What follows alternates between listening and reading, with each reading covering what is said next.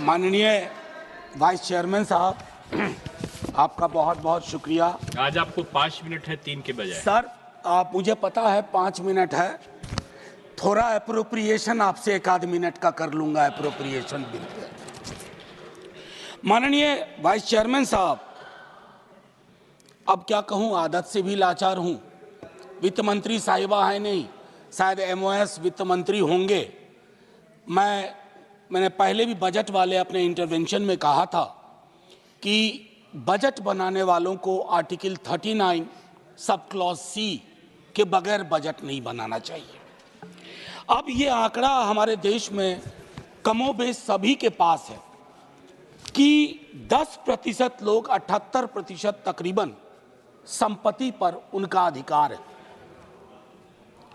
क्या हमारे देश में प्रियम्बल के मद्देनजर ये व्यवस्था नहीं हो सकती कि 1% सुपर रिच को टैक्स करने का प्रावधान करें, ताकि हमारी बाकी नीतियां सुचारू रूप से चल पाए, हमारी प्राथमिकताओं में जो समूह है उसके लिए हम काम कर पाए। मेरी दूसरी गुजारिश आपके माध्यम से होगी कि पूरे देश में एक ललक है, एक आग्रह है जातिगत जनगणना के लिए, जिसके माध्यम से हमें ये पता चलेगा कि कौन कहां खड़ा है या कौन कहां बैठा हुआ है। फिर हमारा बजट प्रभावी होगा, क्योंकि हाल के दिनों में हमने देखा है अपने पड़ोस के एक देश में लोग बाकी कारकों के अलावा जो लोग आर्थिक प्रगति में अपना चेहरा नहीं ढूंढ पाए, वो सड़कों पर उतर आए और सत्ता बदल के रख दी। मैं समझता हूं हम लोगों को प्रिवेंटिव स्टेप्स लेना चाहिए।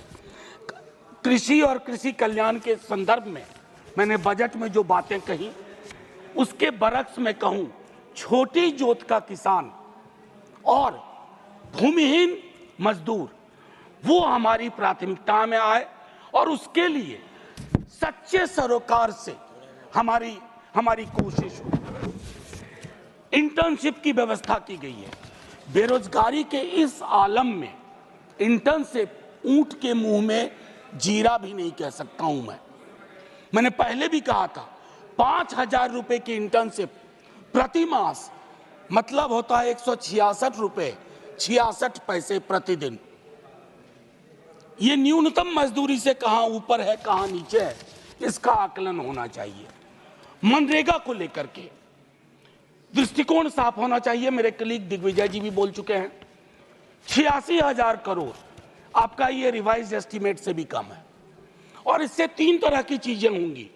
मांग पर असर होगा, अच्छे एसेट्स का निर्माण नहीं होगा, पेमेंट डिले होगा। इसको रिविजिट करने की आवश्यकता है।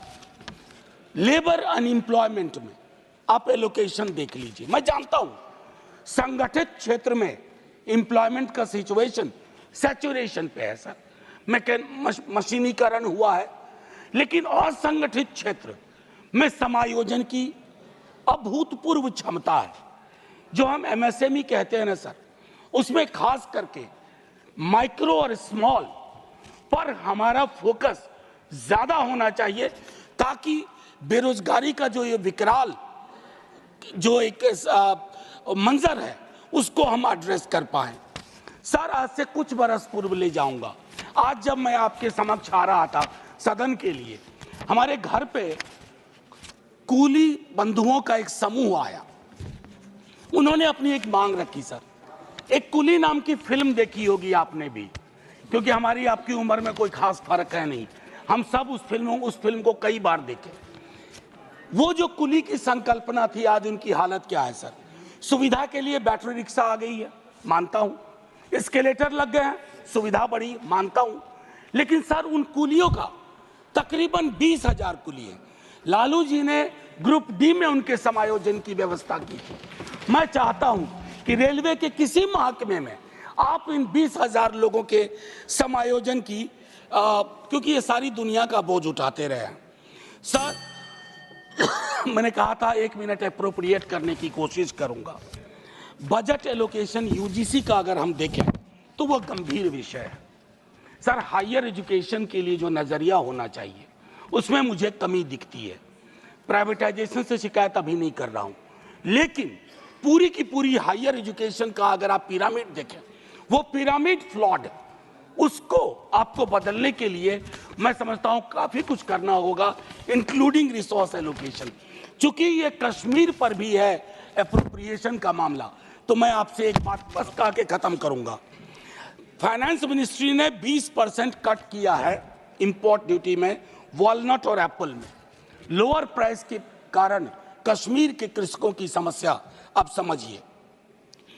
उसके अलावा जो स्लैशिंग ऑफ इंपोर्ट ड्यूटी है 70 से 50%, वो वॉशिंगटन एप्पल पे, यानी कि वॉशिंगटन का सेब, उससे कश्मीरी सेब उत्पादकों पे कितना फर्क पड़ा है, ये फाइनेंस मिनिस्ट्री को समझना चाहिए।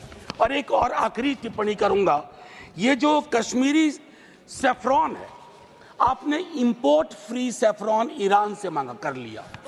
नतीजे में क्या हुआ है, कश्मीर का जो सेफ्रॉन का पूरा यूनिट है वो छत विच्छत महसूस कर रहा है।